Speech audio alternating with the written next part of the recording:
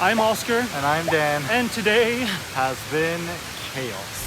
We're Oskar and Dan, two boys from Sweden currently trying to visit 100 countries before 2023. In light of the world situation since 2020, pursuing this goal has sometimes been a little harder than usual. And when we set out to make Bangladesh our 85th country, things didn't exactly turn out as we'd hoped. The story begins in New York. So it's another country and another issue. Well, Bangladesh has suspended its visa on arrival for anyone who's not like Bangladeshi by descent because of COVID. So we're trying to figure out how to do this online e-visa application, and it's not entirely straightforward. Calling the embassy because we need some clarification. So we just called the embassy and they said that allegedly visa on arrival should have reopened since COVID. Don't know if we can fully trust that, but we're gonna call Singapore Airlines and see what they say about it. We're making progress, I think.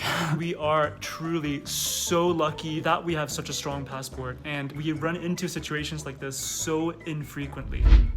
Hopeful but not entirely reassured, we left for Newark Airport, where we would board the world's longest flight to Singapore. Dan posted a full review of this flight on Nonstop Dan in case you want to check that out.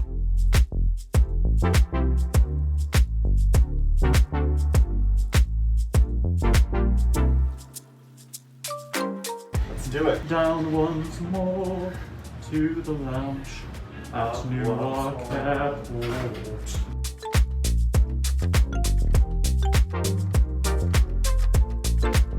After 19 long hours, we made it to Singapore.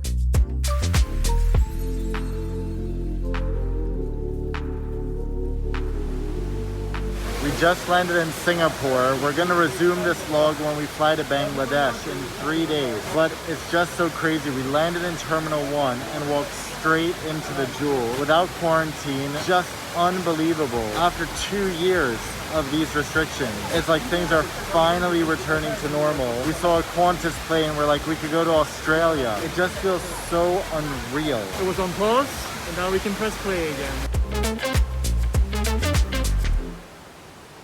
So we're gonna just spend 2 full days chilling here, eating, having fun, and we'll see you on Tuesday. We got 2 full days to spend with our friends Aprilyn and Iggy in Singapore before it was time for our journey toward Bangladesh. Or at least, so we thought. Alright, and after a few days in Singapore, we're at Changi Airport, ready to fly to Bangladesh. Let's go!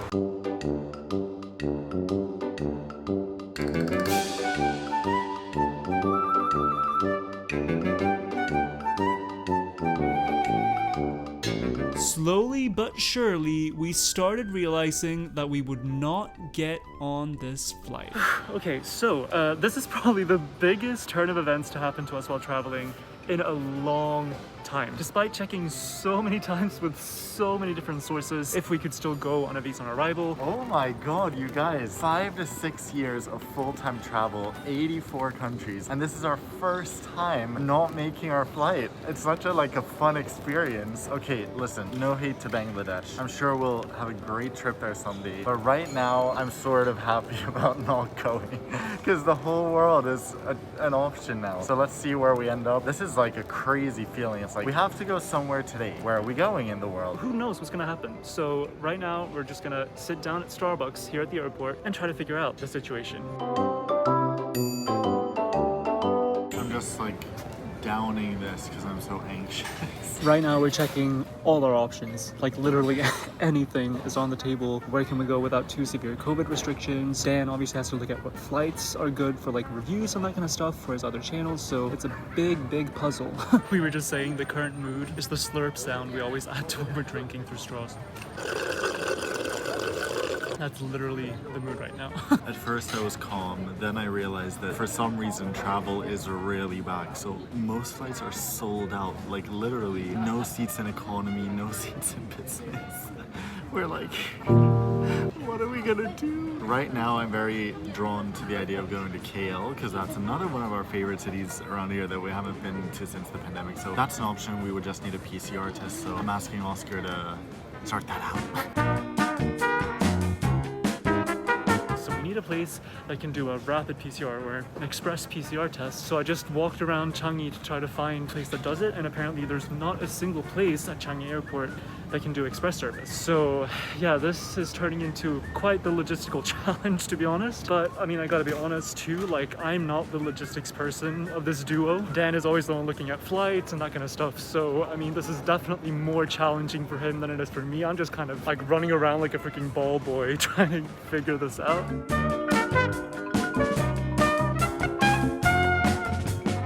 Yeah, next day on April 22nd.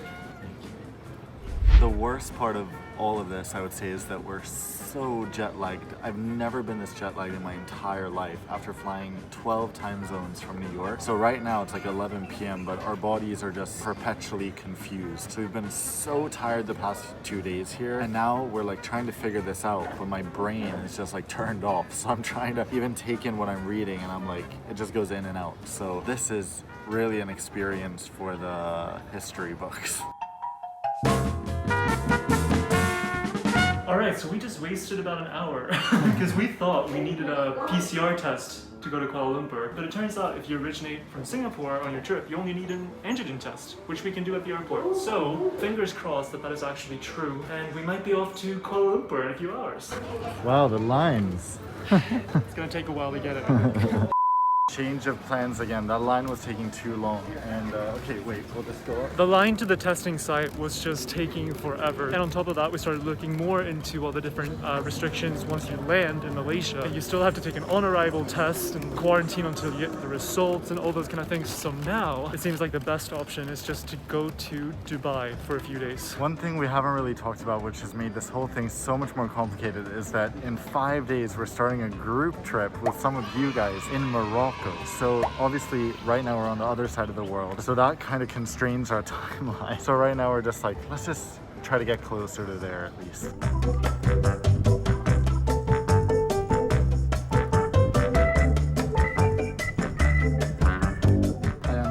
Thank you so much. So our ticket to Dubai is confirmed. It's been about 6 hours since we woke up this morning, and it's just been so hectic the whole time. So now we're kind of happy. Yeah, it will be more of a work trip. Working, eating, as Dubai is a good place to do that. Jeez.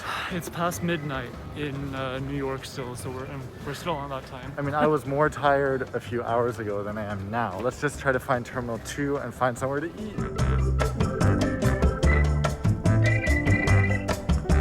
Now we have about 3 hours to spare until our flight, and so we're heading into Jewel again, which is where this video kind of started, I guess. So we're back to the beginning.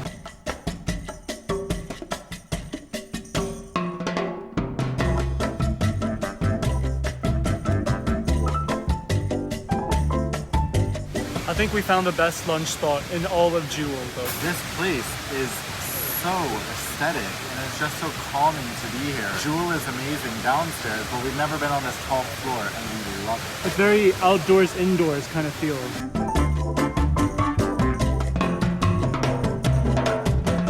Food, finally, we're like dying here. Let's just eat. We did involuntary intermittent fasting today. It's 1:20 p.m. Topping it all off with carrot cake. Oscar's favorite. So moist, so good. Ew. Worst description ever, but so good.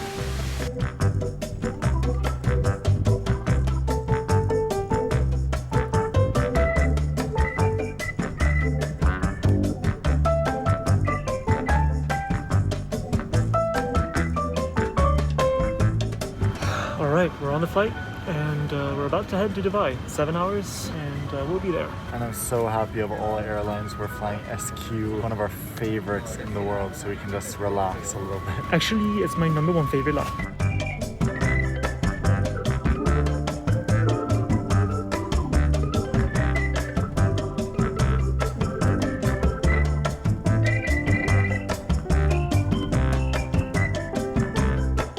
As we landed in Dubai, we were greeted by a beautiful Arabian sunset.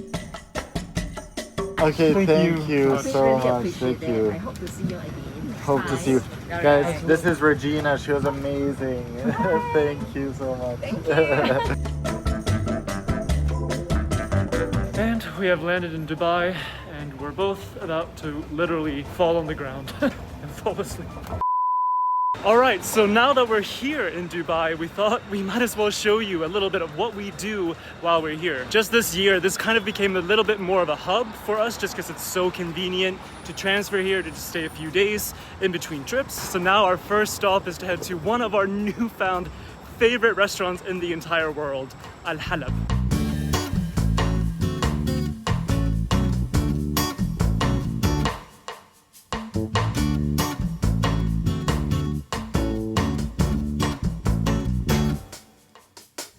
So it's been about 2 months, or a little less than 2 months since we were last here. And back then, like, it was absolutely insane. It was right after like most restrictions had been lifted since COVID, and it was still in winter season, so temperatures here were still quite low. So it was absolutely packed with tourists. Like, it was almost impossible to get a taxi anywhere. All the tourist areas were like completely overcrowded. So now it's a huge contrast because we're getting into sort of more summer temperatures. It's currently around 32 degrees, and it is like empty compared to what it was just 2 months ago. It's so much better being 3 or 4 people because then you can get more dishes to share. Because there's so many dishes we would want here. And especially I love like smoky stuff like baba ganoush or muttabal, but Oskar does not. So we know that we'll get the hummus, vine leaves, or the warak enab. Muhammara? Yeah, for Oscar's sake. I mean, it's only the best dish on the menu, so. Maybe a fattoush salad or something, we get vegetables. And Let's do then it. lemon mint. Lemon mint. Can we just talk about what it looks like in here? It's amazing.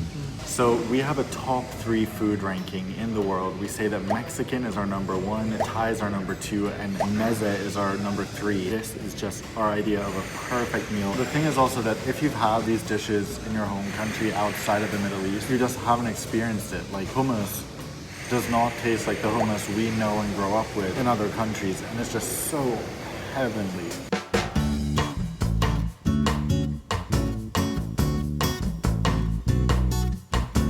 And if there's one thing that this region wins the world championships in, it's bread. Like, oh, it's just the best bread. The Germans are gonna get you. Yeah, the German's coming for me, but honestly, this takes the cake.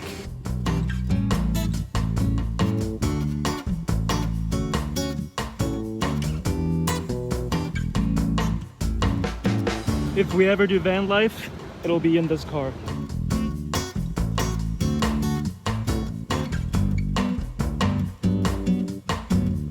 So we've taken a walk to Dubai Mall, where we're gonna have one of our other favorite things to eat from Country 80.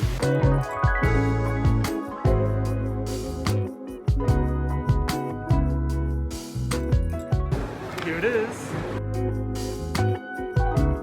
So, ever since our trip to Brazil in October of 2021, we've been obsessed with acai. And one of our favorite chains while we were there was Oakberry Acai. And it just so happens that they have branches all over Dubai for some reason. So now that we come here, we always have it way too often actually. Oh yeah, look at this beauty. The best is that you can get dates in the Middle East to add on it. It's always hard to start eating, but where's the guarana?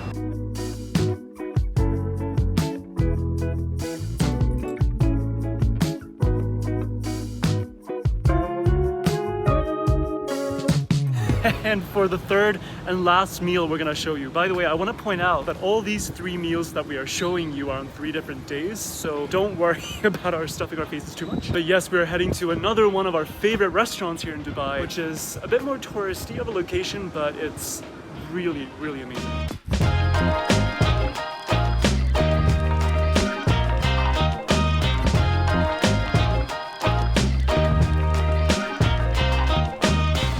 Go to a different location of Arabian Tea House, which is also beautiful, but this mall is called Mercato. It feels like you're in some sort of medieval Europe. And everything is beautifully decorated for Ramadan. But yes, as Dan told you there, the restaurant we're going to is called Arabian Tea House. So even here, it's very vibey, although it's a very different feeling from the main location. We're gonna show you what we get here, because we get an Emirati special called Hamsa Dangu, which is so good. And of course the hummus, the bread here. This is it, the amazing Hamsat Dango. This doesn't really sound like an Arabic name, but in Arabic it seems to be called Hamsat al-Dakhbua. something like that. These are all the branches in the UAE, but they also apparently have a branch in Montenegro. Where we went this summer, so I wish we would have known. All right, the food has started coming out. Look at this.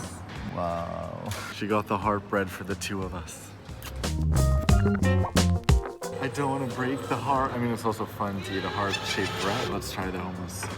This place has some of the best bread on earth. And the hummus, I can't describe it. I just can't describe it. Look at this. This is like a tomato kind of stew. With chickpeas? Yes.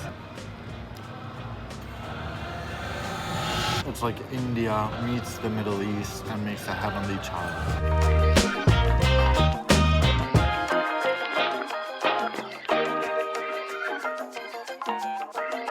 Well, our 3 days in Dubai are coming to a close. Initially, the first few times we were in Dubai, we didn't really like it because we always want to go deeper and like feel like we've experienced the place. But after enough visits, we've realized that there's nothing to experience below the surface. Yeah, like the things to do in Dubai are very obvious. You just come here to eat, you shop. That's literally what life is and what the purpose of coming here is. There is some ways to go deeper, but it's not really what you're supposed to do here. So once we embrace that, we're just like, oh great, we can eat delicious food and just live a simple life with Paris Hilton. We're our new BFFs. Yeah. Now we're making our way towards Morocco, finally, because it is time for our group trip. Yes, we're so excited to meet everyone and take you along on the journey. But until we see you all in the next video, Fly safe, I was gonna say. See you around the world.